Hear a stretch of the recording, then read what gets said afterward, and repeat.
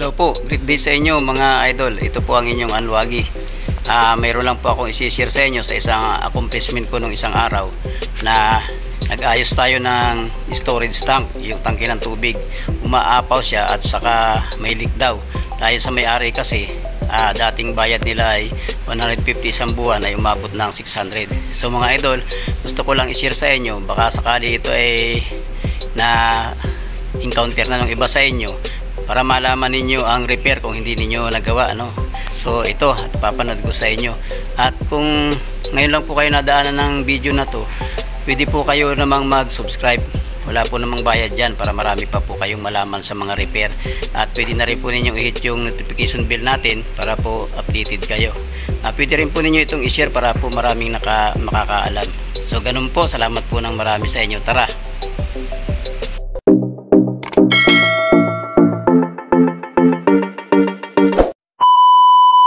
Ayan mga idol, nandito na tayo doon sa lugar kung saan tayo magsiservice ng water system. Una nating titingnan yung pressure tank. I-check natin at i-drain muna natin kasi nagkakalawang yan. Baga makadi-drain ko lang ito halos ng isang taon yata. Ayan, drain natin.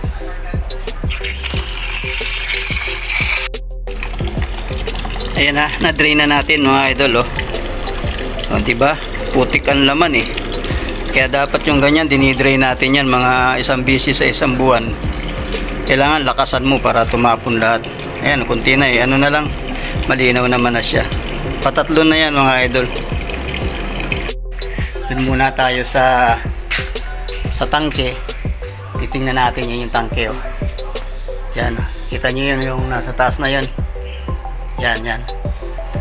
Ginawa ko rin yan, hindi ko na lang matandaan kung baka 1990, mga ganun siguro. Hindi ko na lang matandaan. Check natin sa taas mga idol. Mula dito mga idol sa pressure tank niya, pupunta tayo ngayon doon sa storage tank niya. Ito. Yan, Ito mga idol, ito ay automatic, no? Kung mapapansin nyo, isa lang yung tubo niya. Diyan dumadaan yung tubig kapag panahon ng may pressure, niaakyat ng pump. Tapos pag nawala ng tubig ang linya, nawala ng pressure, yung tubig doon sa tangke, automatic yung bababa. So dito rin siya dadaan papunta sa bahay. Kaya lang may time na hindi pwedeng bumaba yung tubig dun sa tangke na dumadaan dito sa linya na yan. Ngayon, bakit nga ba? Kasi automatic nga yan mga idol. Alaw umakyat yung tubig galing sa pressure tank na galing sa nawasa. Tapos pag wala nga pressure, pwedeng bababa yung tubig galing doon sa tangke automatic. Pero isa lang yung dinadaanan nila.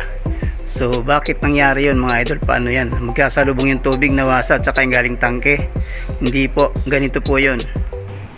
So dito na tayo mga idol. Ito yung yung galing sa baba, no? Yun oh. So ito na siya. Packet yan dun sa tangke, no? Yan. So dito meron ditong T, no? Tapos dito meron ditong check valve. Papunta ngayon yan dito sa may puwit ng tangke. Pansin nyo ba yung isa? Yun, yung banda na yun. Yan. Kasi ito nasa puwit na to, drain yan. Pag gusto nyo itapon yung tubig, yan ang drain. Yan yung nagbababa ng tubig papunta sa ibaba. So itong check valve na to, allow lang ang tubig yan pababa. Hindi siya pwedeng umakyat. Kaya pag may pressure yung tubig dito, pinipigil nitong check valve para hindi makaakyat sa tangke. So yan ang problema ngayon. Kaya nga ito, kahit na may float valve sa taas, umaapaw pa din dahil may problema tayo dito. Maaaring ito ay may bara na nahaharangan yung kanyang valve ng mga dumi, kalakalawang, kaya yung tubig galing dito sa linya nakakapasok papunta dun. So pag pumasok yan ngayon dito sa puwit ng tangke, dito mapupuno yung drum kahit na mayroon pang float valve sa taas. So ganun po yun. Doon po sa mga wala pang alam kung paano gumagana ang pressure tank, ganito po yan.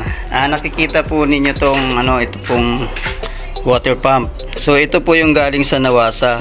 Sisipsipin po niyo yung tubig. Yan, ipapasok niya ngayon dito sa pressure tank. Ngayon, kakargahan niya ng kakargahan yan, yung tangke na yan.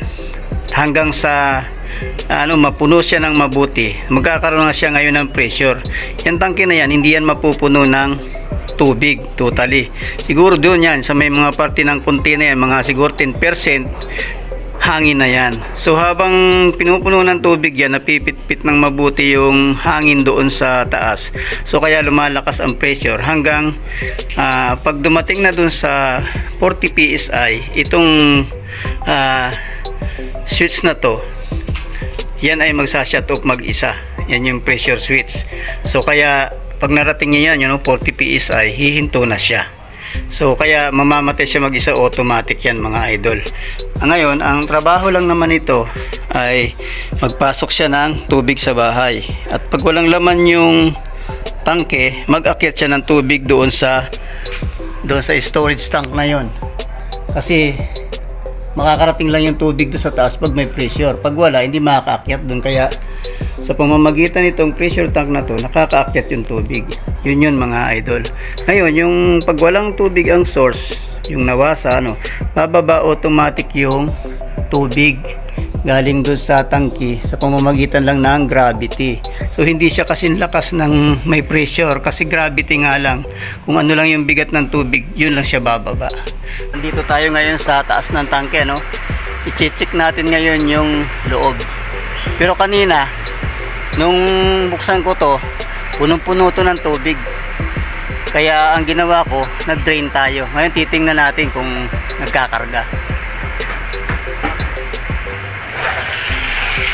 Ayan mga idol, nagkakarga siya Ayan Ayan. So malalaman natin ngayon yan kung may leak talaga. Kung naglilik itong kanyang itong kanyang float valve.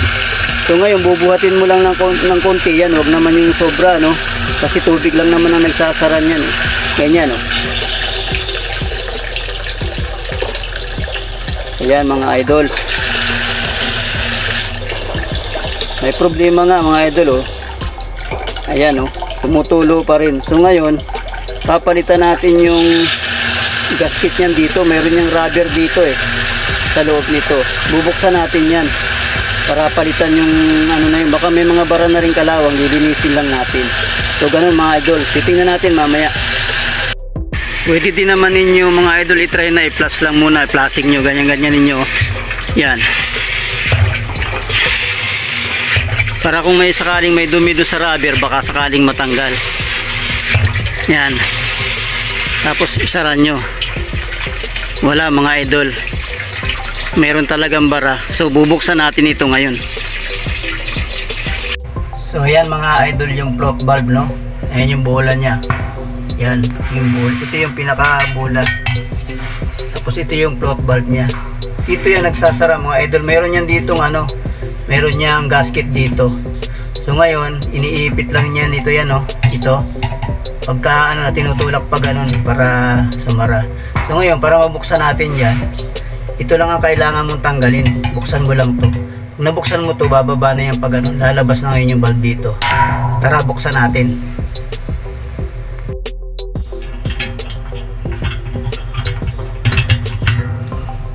So ayan na mga idol, natanggal na natin yung cutter pin. Buksan na natin. Ayan, nalaglag na. Ito, kita nyo yan mga idol, itong bilog na to. Ayan yan yung nakapasok dito. Yan. Yan, nakita nyo yung goma nya. Yan medyo lubog na So tatanggalin natin ngayon yan.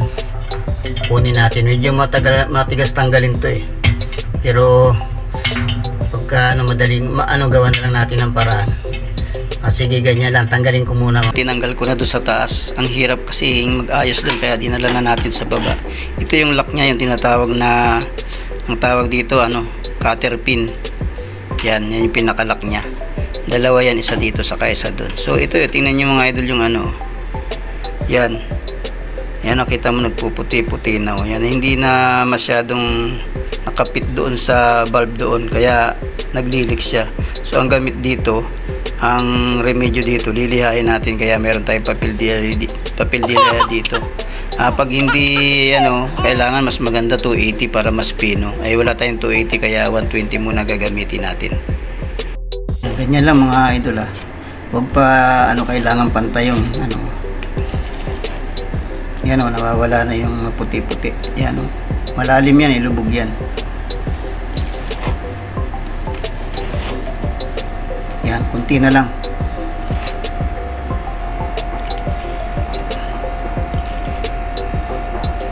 Ayan, pantay na, pwede na to. Try natin, balik na natin. Naikabit na natin. Testing na lang natin, bubuksan natin kung wala na siyang leak, no? Baba muna tayo. Nandun kasi yung valve sa babae. Baba muna tayo. Medyo mataas, kaya kailangan ingat lang. Ang pagbukas, counterclockwise, no? Pag sarado, clockwise yung pakanan. Ayan. Siguro naman nag-aakyat na siya ng tubig. Ayan, naririnig ko na meron na aakyat ulit tayo. Ayan, lakas ng tubig. May pressure kasi, bukas kasi yung water pump Try natin buhatin. Ito kasi ang sa pamamagitan kasi ng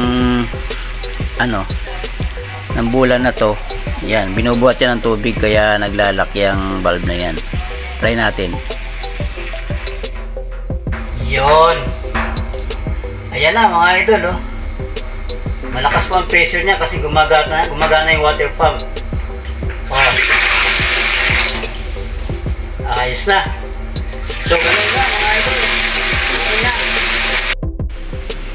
Ayun na na-solve na natin yung problema dun sa float, no? Wala na siyang leak.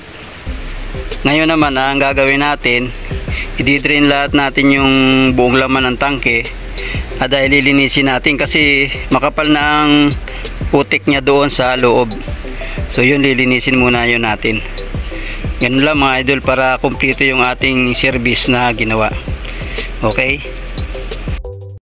Finally mga idol, kaya nag-overflow. Ang problema ay nandun nga sa kanyang float valve, no? Pinakita ko sa inyo kaninang video. At yung isa pa, yung kanyang check valve. Yun naman pong leak, ang problema naman ay nandoon sa kanyang bowl, sa inidoro, doon sa tangke. Yung filler or yung fill valve at saka yung kanyang flapper valve. So ganito yung pakita ko sa inyo. Ito mga idol, yung fill valve. So dito dumadaan ang tubig, siya yung nagkakarga sa tangke ng inidoro. So ngayon, minsan marumi yung tubig na pumapasok, minsan may buhangin, nagbabara yan dito. Meron yan ditong gasket mga idol. Tapos pag kahit naglock ng to, dahil may bara nga doon, tuloy-tuloy pa rin yung tubig. So ngayon, aapaw yan, dito yan bababa, kaya tuloy-tuloy yung tapo ng tubig. Tapos nakikita nyo to, mayroong hose yan yung hose niyan, dito ang tama, dito talaga sa loob nakalagay, hindi sa labas. May nakikita ako sa labas dito po sa loob talaga yan. Dahil ang tungkulin yan, pag nag-flush kayo ng inidoro, nauubos yung laman. So pupunuan siya ng hose na yon, para ngayon mayroong deposit yung bowl, no, na para pag nag-flush kayo, kunti lang, lulubog na agad. So pwede namang dito nang galing yung leak, itong plus valve to. Ito yung tinatawag na flapper, yung nagsasara doon sa butas. Pag ito mga idol ay may bara, so tuloy-tuloy din yung tubig. Minsan naman yung pagkakakabit nito sa dito sa tank lever, ito ay masyadong mahigpit, kaya nakaangat ito. Pero kung tama naman, baka naman may bara lang dito, kaya ito nililinis din pagkaminsan, no?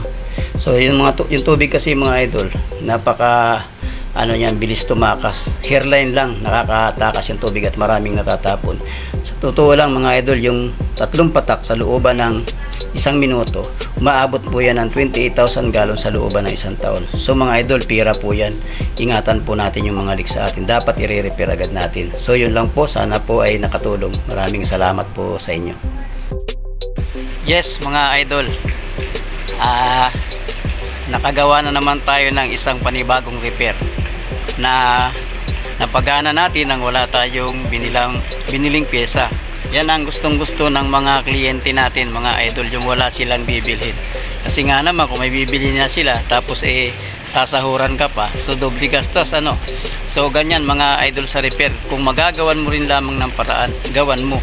Para halimbawa yung isang appliances na encounter ko, wala nang pag-asa kasi walang mabilhan ng transformer sa market. So gusto ng may-ari mapagana pa kasi may sentimental value sa kanya yung appliances. So ginawan po natin ang paraan, ni-repair po natin yung transformer at ayun, gumana naman. So ganon, kinuha nila yung aking pangalan at ayan, patuloy nang sumasambulat yung kanilang mga rekomendasyon sa atin sa iba't ibang mga kaibigan nila. Ganon, kaya dadami ang ating trabaho. So ganon mga idol. At ngayon, doon sa mga ngayon lang nadaanan at nakapanood ng video na to, dito po ay nag-upload kami ng mga iba't ibang tips, tutorial po sa tungkol sa mga repair. Kung gusto po nyo marami pa kayong matutunan, pwede po naman kayong mag-subscribe mga idol. Wala po namang bayad dyan, libre yan para sa inyo. At para maging updated kayo, isama na nyong i-hit yung notification bell natin dyan, para naman kada mag-upload kami ng bagong video, mapanood agad ninyo. Malay natin, nandun pala yung inyong kasagutan doon sa matagal na yung pinoproblema about repair. O so di pwede na kayo mag DIY, wala na kayong babayaran, kayo na lang mismo yung gagawa, di po ba? So ganun po, salamat ng marami mga idol sa inyong panonood, sa pagtatyaga sa ating tutorial na medyo makulit, no? Ito po muli ang inyong Anluwagi, nagpapasalamat sa inyo. Lagi po kayong mag-iingat mga minamahal naming kliyente mga idol, no guys, ganyan. Ito po ang inyong lingkod, ang inyong Anluwagi, ang inyong house doctor na gumagamot ng mga problema nyo sa bahay. Sumasaludo po muli sa inyo. God bless po, ingat po kayong palagi.